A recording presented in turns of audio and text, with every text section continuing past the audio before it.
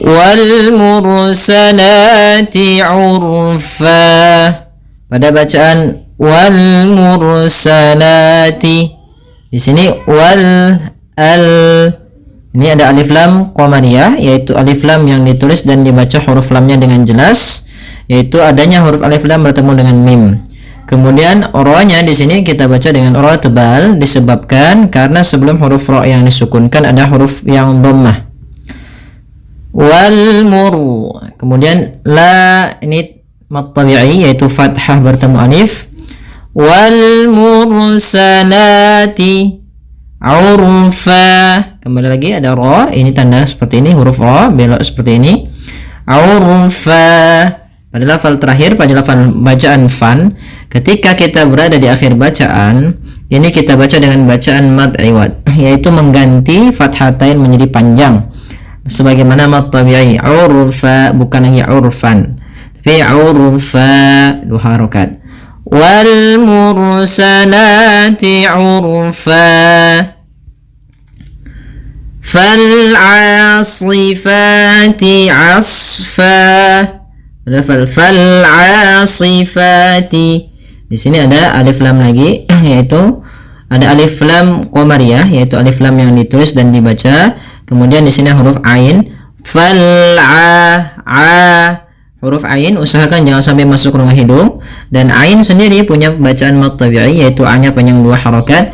Asifati, yaitu pada lafal fa ada mad tabi'i, fathah bertemu alif panjangnya 2 harokat. Asfa, di sini huruf a ketemu dengan huruf shad yang tebal. Hati-hati jangan menebalkan ainnya, tapi di sini ditebalkan adalah huruf shadnya. Hati-hati juga jangan sampai terpantulkan huruf shadnya. Fa, pada lafal fa kembali kita mendapati menjadi ada bacaan mad iwad, yaitu fathatain bertemu alif di akhir bacaan menjadi panjang. Wan nashirati nashra. Pada bacaan wan nasyirati, di sini ada alif lam yang dimana di sini kita namakan dengan alif lam syamsiyah, yang mana alif dan lamnya ditulis tapi tidak dibaca, sehingga kita langsung membaca pada huruf nun yang bertasydid. Di sini ada bacaan namanya gunnah, yaitu nun yang bertasydid. Cara membacanya menahankan dulu sepanjang 2 harokat sampai 3 harokat. Wanna, baru dilepaskan. Kemudian nasyirati, pada lafal na sendiri ada mad tabi'i, yaitu fathah bertemu alif panjangnya 2 harokat. Shi, hati-hati jangan dibaca si karena di sini huruf shin. Kemudian rati, di sini akan kembali ro-nya tebal dan dia ada mad tabi'i, yaitu fathah bertemu dengan alif.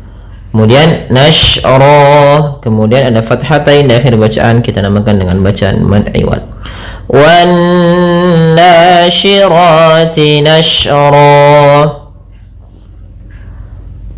Kemudian ayat selanjutnya, fal fariqati farqa.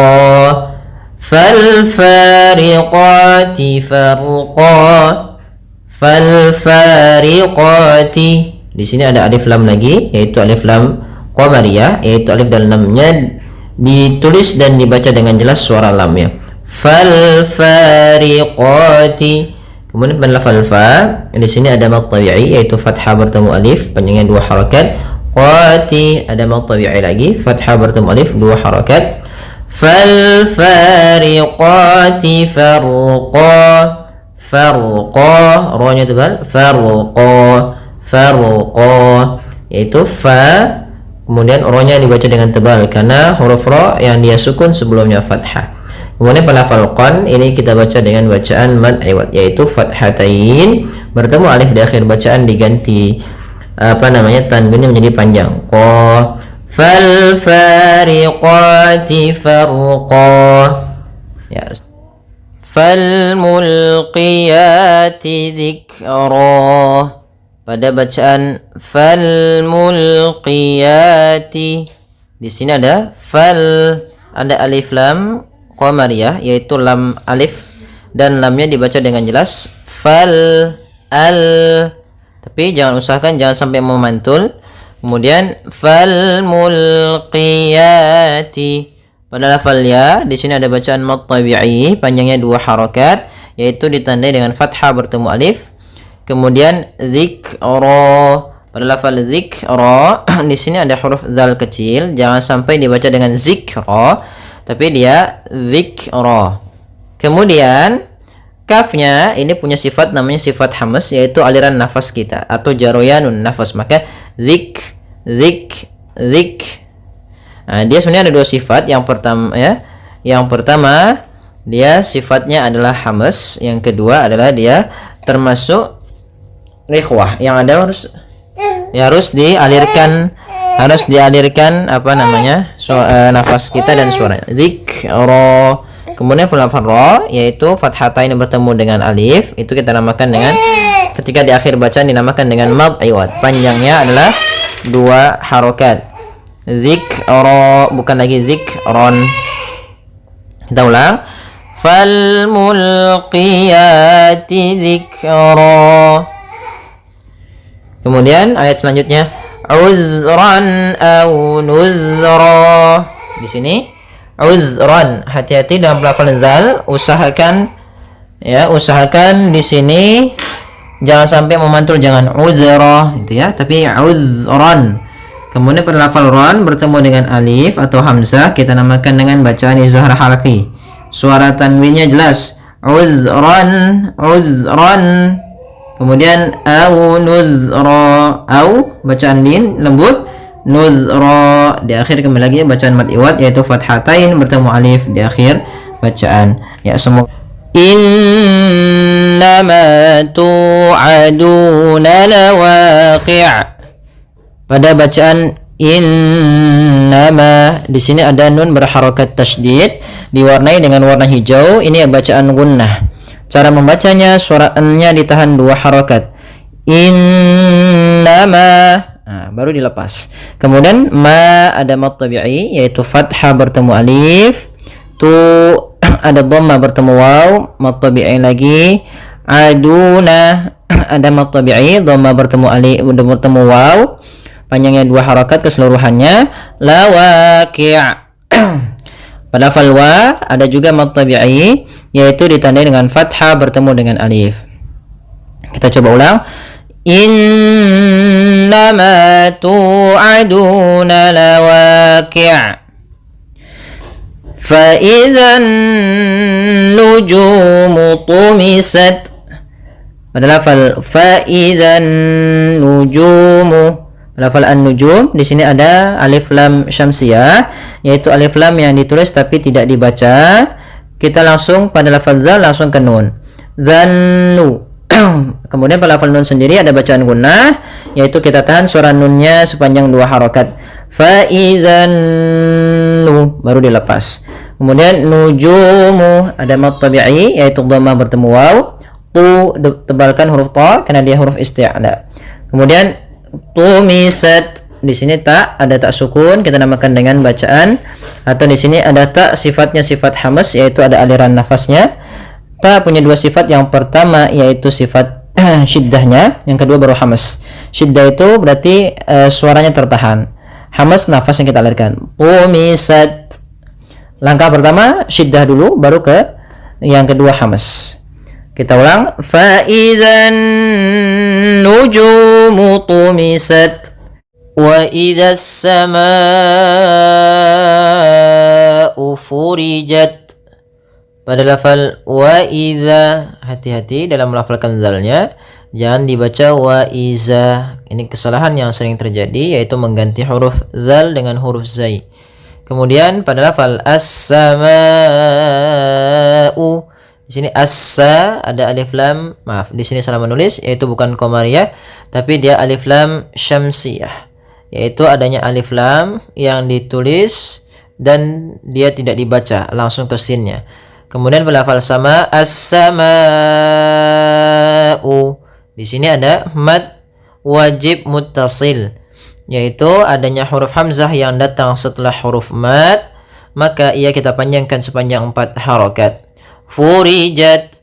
Kemudian lafal ta sukun, dia memiliki sifat syiddah dan sifat hamas, yaitu yang pertama suara ditahan, ya, kemudian alirkan nafas. At. Wa idzas samaa'u samaa'u furijat. Kemudian wa idzal jibalu nusifat. Wa idzal jibalu nusifat. Pada lafal za sama kembali di sini jangan dibaca dengan zai, jangan wa izal jibal, tapi wa idza.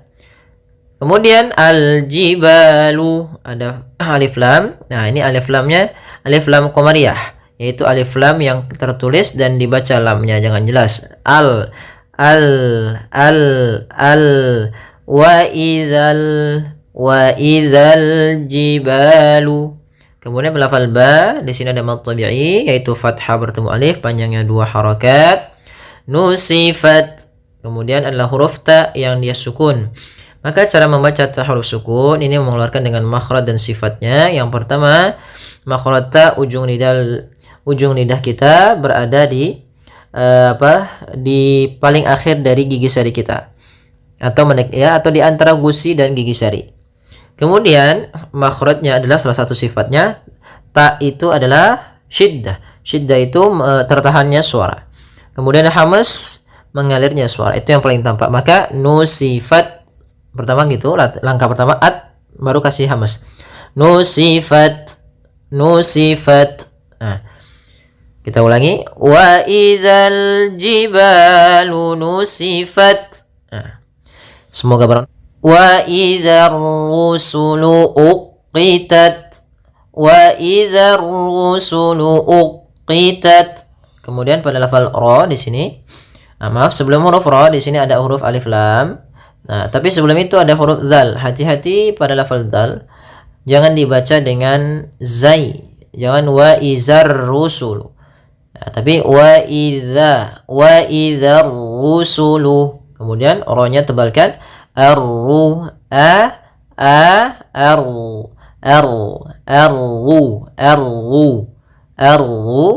Kemudian ar-rusulu.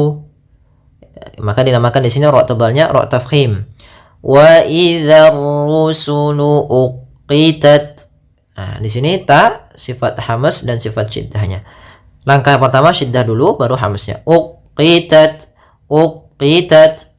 Wa idzar rusulu uqitat. Kemudian li ayyi yaumin ujjilat. Li ayyi yaumin ujjilat. Nah, pada lafal ya tekan ya-nya. Li ayyi, jangan dibaca li ayyi atau li ayyi. Jangan. Tapi li ayyi. Li ayyi yaumin. Kemudian lafal yau ada fathah bertemu sukun, ini bacaan lin, lembut dalam pelafalannya. Yaumin. Kemudian pada lafal min ada bacaan izhar halqi, yaitu ditandai dengan tanwin pada huruf mimnya bertemu dengan hamzah. Maka suara tanwinnya harus jelas. Min u, nggak boleh min u. Kemudian ujjilat. Kembali lagi ada huruf tak sukun, harus dijelaskan suara taknya. Li ayyi yaumin ujjilat. Li yaumil fasl. Pada bacaan li yaumil fasl. Di sini pada lafal li yaumi ada bacaan lin. Apa itu bacaan lin? Lin artinya kita maknai dengan lembut.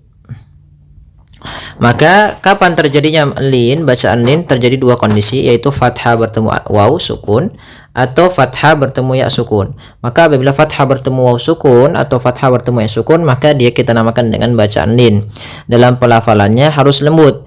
Li yaumi, agar menyempurnakan makhraj huruf waw, kita agak monyongkan bibir kita. Li yaumi, ya dilembutkan yaumi. Kemudian pada lafal yaumil di sini ada alif lam qamariyah, yaitu alif lam yang kita tulis dan kita baca dengan jelas suara lamnya. Li yaumil fasl. Nah, kemudian dalam lafal ini kita sempurnakan dulu huruf shadnya, yaitu kita fa ketemu dengan shadnya tebal. Fasl. Ya, kemudian baru dimatikan lamnya. Tapi hati-hati jangan memantulkan shadnya. Fasl. Misalkan fasal gitu ya, dengan pantulan shadnya. Hati-hati, tapi tetap dia menyempurnakan shadnya baru dimatikan lamnya. Li yaumil fasl. fasl. Kemudian ayat ke-14, wa ma adraka ma yaumul fasl. Pada lafal wa ma adraka, di sini pada lafal ma ada bacaan yang kita namakan dengan mad jaiz munfasil. Mad artinya panjang, jaiz artinya boleh, munfasil terpisah. Sehingga apa yang dimaksud dengan mad jaiz munfasil, yaitu apabila ada bacaan mad tabi'i. Pertama kita uraikan, yaitu pada lafal ma bertemu dengan hamzah setelahnya. Ma pada dasarnya 2 harokat. Karena datang setelahnya huruf hamzah, maka ma-nya nanti berubah disebabkan adanya hamzah. Nah, apabila ada huruf hamzah datang setelah mad tabi'i dan hamzah tersebut kita lihat di sini 2 kata, di lain kata, bukan pada satu kata. Sehingga ketika di lain kata ini namanya kita namakan munfasil, hamzahnya terpisah. Maka dinamakan dengan mad jaiz munfasil. Berapa panjang untuk mad jaiz munfasil? Yaitu kita panjangkan 4 atau 5 harokat. Maka ma-nya kita panjangkan dahulu baru kita baca a-nya. Wa ma adraka. Kemudian pada lafal dal sukun ini ada bacaan qalqalah, artinya memantul. Ya, iqtirab, bergetar. Nah, kemudian untuk pantulannya, ada kesalahan yang terjadi dalam melafalkan adraka. Yang pertama tidak mantul, itu salah. Sehingga misalkan wa ma adraka, ini salah. Kemudian yang kedua menambahkan hamzah, misalkan wa ma adraka, ini kurang tepat juga karena dia menambahkan hamzah di dalam huruf dalnya. Maka langsung saja wa ma adraka. Kemudian pada lafal ro ditebalkan adraka ro. Nah, di sini ada alif di atas huruf ya. Ini cuma untuk dalam penulisan rasamnya, ro-nya kita panjangkan 2 harokat. Maka kita namakan dengan mad tabi'i, yaitu adanya fathah bertemu dengan huruf alif. Kemudian adraka ma yaumul fasl. Pada lafal ma kembali lagi ada fathah bertemu alif, maka kita namakan mad tabi'i, panjang untuk ma 2 harokat. Kemudian yaumul fasl.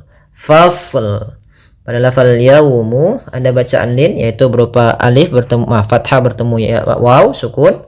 Kemudian pada lafal al-fasl, yaitu ada alif lam qamariyah pada lafal lamnya, alif lam. Di sini alif lam yang kita tulis dan kita baca dengan jelas lamnya. Kemudian al-fasl, ya, sempurnakan shadnya baru ke lam. Wa ma adraka ma yaumul fasl. Thumma nutbi'uhumul akhirin. Kadzalika naf'alu bil mujrimin. Baik.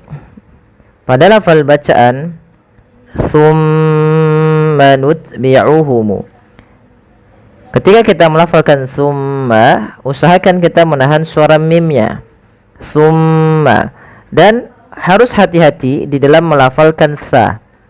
Jangan sampai huruf sa ini terganti dengan huruf sin. Maka misalkan terdengar bunyi summa, nah ini maka dia berubah menggantikan antara sa dan sin, ya, maka dia akan berubah maknanya. Hati-hati teman-teman. Bagaimana cara melafalkan huruf sa agar sa ini terbaca dengan baik gitu ya? Maka langkahnya adalah ujung lidah kita tempelkan dengan gigi sari kita. Sa, si, su. Maka summa. Kemudian pada lafal ma atau summa itu ada bacaan namanya gunnah, yaitu suara mimnya ditahan sepanjang 2 harokat. Summa, baru alirkan. Kemudian nutbi'uhumu, di sini ada huruf ta sukun, yang dimana ketika kita melafalkan huruf ta itu wajib yang namanya apa teman-teman? Yang pertama adalah dia suaranya tertahan. Suara tertahan dinamakan, sifatnya kita namakan di dalam kajian makharijul huruf itu namanya syiddah. Syiddah itu artinya suara tertahan, dan dia punya namanya sifat hamas. Ya, dia punya yang namanya sifat hamas. Hamas itu apa, teman-teman? Hamas adalah mengalirnya nafas kita. Maka langkah pertama dia syiddahnya ut gitu ya, nut. Baru ada hamasnya, nut sedikit saja, tapi jangan banyak-banyak. Tsumma nutbi'uhumul, ya. Tsumma nutbi'uhumul akhirin. Kemudian pada lafal maaf, ini ada yang tertinggal pada lafal akhirin. Ini ada namanya mad badal. Mad badal. Maaf. Mad badal, apa itu mad badal, teman-teman? Mad badal adalah mad yang terjadi apabila kita mendapati adanya huruf hamzah, baik itu berharakat fathah, kasrah, dhammah. Fathah itu adalah harokat atas. Ini kita namakan fathah. Kalau kasrah itu harokat bawah, garis bawah. Dan dhammah itu adalah harokat seperti ini. Maka apabila ada huruf hamzah dengan ketiga harokat tadi bertemu dengan huruf mad, baik itu alif, kalau dia fathah ketemunya alif, dhammah ketemu waw, kalau kasrah ketemu ya, maka dinamakan dengan mad badal. Dan di sini lafal akhirin, a-nya bertemu dengan alif, yang dimana dia dipanjangkan dua harokat, maka kita namakan dengan mad badal. Kemudian lafal akhirin, pada lafal rin ini ada bacaan yang kita namakan dengan mad arid lis-sukun. Kita uraikan satu-satu. Mad artinya panjang, arid artinya dia muncul atau menampakkan, ditimbulkan, dan lain sebagainya. Ada kata aradu ya'ridu. Lis-sukun adalah karena sebab sukun. Maka mad arid lis-sukun adalah mad yang terjadi karena adanya sukun arid, sukun yang timbul karena waqaf ataupun ya lainnya, tapi biasanya lebih kepada waqaf ya. Contoh, pada dasarnya kita membaca akhirina, tapi karena kita waqaf dan orang Arab biasanya itu mematikan huruf akhir ketika melafalkan apapun gitu ya. Nah, kita juga mematikannya dengan mematikan huruf nunnya, sehingga di sini ada dua sukun. Sukun yang pertama pada lafal ya dan sukun kedua dengan nun. Maka di sini nunnya kita namakan dengan nun yang berharakat sukun arid. Nah, ketika ada dua sukun ini, maka yang pertama kita panjangkan dulu ri-nya sepanjang berapa harakat? Kita boleh memanjangkan 2, 4, 6. Dan inilah yang kita namakan dengan mad arid lis-sukun. Tapi kita mengambil yang tengah-tengah, yaitu yang 4 harakat saja. Maka rin. Oke, kita coba ulang. Tsumma nutbi'uhumul akhirin. Kemudian kadzalika naf'alu bil mujrimin. Baik, kita perhatikan berlafal kadzalika. Za ada mad tabi'i, fathah bertemu alif. Lihat, fathah itu garis atas ketemu dengan alif kecil, 2 harakat. Hati-hati dalam melafalkan zal juga. Ini makhrajnya sama dengan huruf sa, tempatnya sama, cuma sifatnya yang berbeda. Kemudian naf'alu, alirkan lafaz ketika kita melafalkan fa. Af gitu ya. Naf'alu bil mujrimin. Bil jelaskan alif lam ya. Karena di sini ada alif lam qamariyah, yaitu alif lam yang terbaca dan ditulis dengan jelas huruf lamnya dan dibaca dengan jelas. Kemudian melafal mujrimin, ada jim di sini diwarnai dengan warna biru, menandakan ia bacaan qalqalah. Bacaan qalqalah adalah bacaan yang dia harus memantul. Kesalahan yang terjadi dalam membaca qalqalah itu tidak memantulkannya. Contoh bil mujrimin, harusnya bil mujrimin.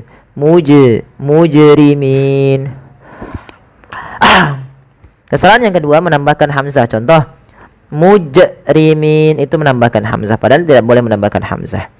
Kemudian melafal min sebagaimana akhirin, yaitu ada mad arid disukun. Cara membacanya persis sekali.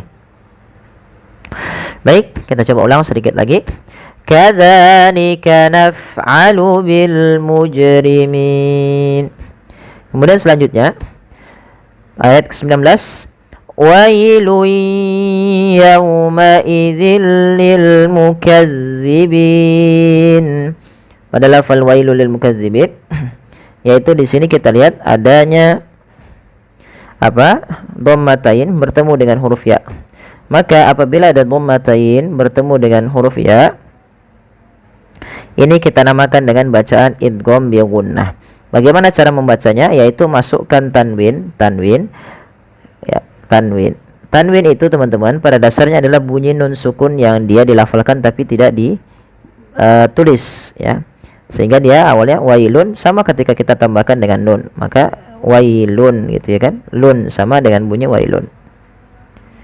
Maka cara membacanya adalah masukkan tanwinnya ke huruf mim dan ditahan. Maka karena disamakan dengan bi gunnah, disertai dengan gunnah.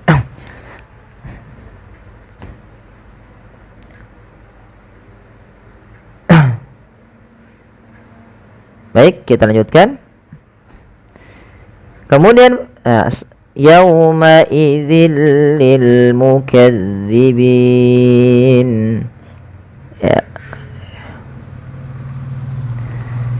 Ya, kita lihat di sini pada lafal tanwin bertemu lam, kita namakan juga dengan idgham, tapi dia bukan idgham bi gunnah tapi idgham bila gunnah karena ketemunya dengan huruf lam.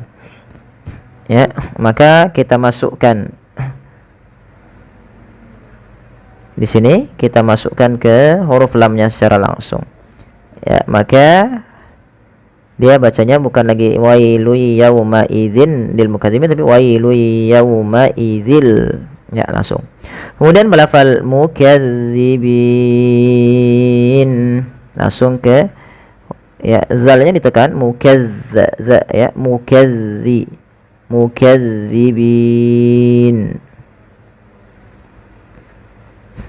Kemudian pada lafal bin di sini ada bacaan mad arid disukun. Yaitu cara membacanya bagaimana? Yaitu sebagaimana yang tadi kita panjangkan, boleh berapa harakat? Boleh 2 harakat, boleh 4 harakat dan boleh pula 6 harakat. Ya, tapi teman-teman kita mengambil yang berapa? 4 harakat saja. Baik, kita lanjutkan. Alam nakhluqukum min ma'in mahin. Alam nakhluqukum min ma'in mahin. Perhatikan pada lafal alam. Di situ ada mim mati bertemu nun. Ya, mim mati bertemu dengan huruf nun, maka kita namakan dengan bacaan izhar syafawi. Kami lupa menuliskannya di sini, lupa, yaitu pada dasarnya di sini ada bacaan apa namanya? Izhar syafawi. Yaitu suara mimnya dibaca dengan jelas. Ya, kemudian pada lafal kaf ya, di sini alam nakhluqukum, ini ada namanya idgham mutaqaribain. Yaitu apa idgham mutaqaribain? Adalah idgham yang dia berdekatan makhraj ya. Makhrajnya sama tapi berdekatan sifatnya. Ya, kami ulangi. Idgham mutaqaribain yaitu adalah idgham yang dia hurufnya saling berdekatan dari makhraj dan tapi berbeda dalam sifatnya. Ya, qaf dan kaf itu kan berdekatan makhrajnya, tapi dia sifatnya berbeda. Ini kita namakan dengan mutaqaribain. Nah, dalam membaca alam nakhluqukum ini ada dua pendapat. Yang pertama dengan idgham kamil, yang memasukkan langsung huruf qaf kepada huruf kafnya secara utuh, dan yang kedua masih menyesuaikan yaitu idgham naqisnya.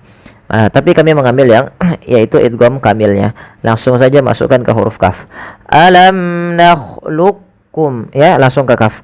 Alam nakhluqukum. Alam nakhluqukum mimma. Ya, kemudian berlafal mim mati bertemu mim. Di sini ada kita namakan dengan bacaan idgham mimi. Ya. Maaf, ini salah, bukan idgham biguna tapi idgham mimi. Idgham mimi. Ya, ini kami lupa menuliskannya. Oh, maaf. Ini yang idgham mimi yang idgham biguna yang kami tuliskan adalah ketika mim ma immahin. Ya, pada lafal ayat ini banyak sekali hukum tajwid yang harus kita perhatikan. Ya, kemudian di sini mim mati ketemu mim, idgham mimi, cara membacanya masukkan mim pertama kedua dan ditahan. Kemudian mim di sini nun mati ke huruf fa ya. Di situ fa, maaf ke fa, ke mim, maka nunnya masukkan ke huruf mim, maka mim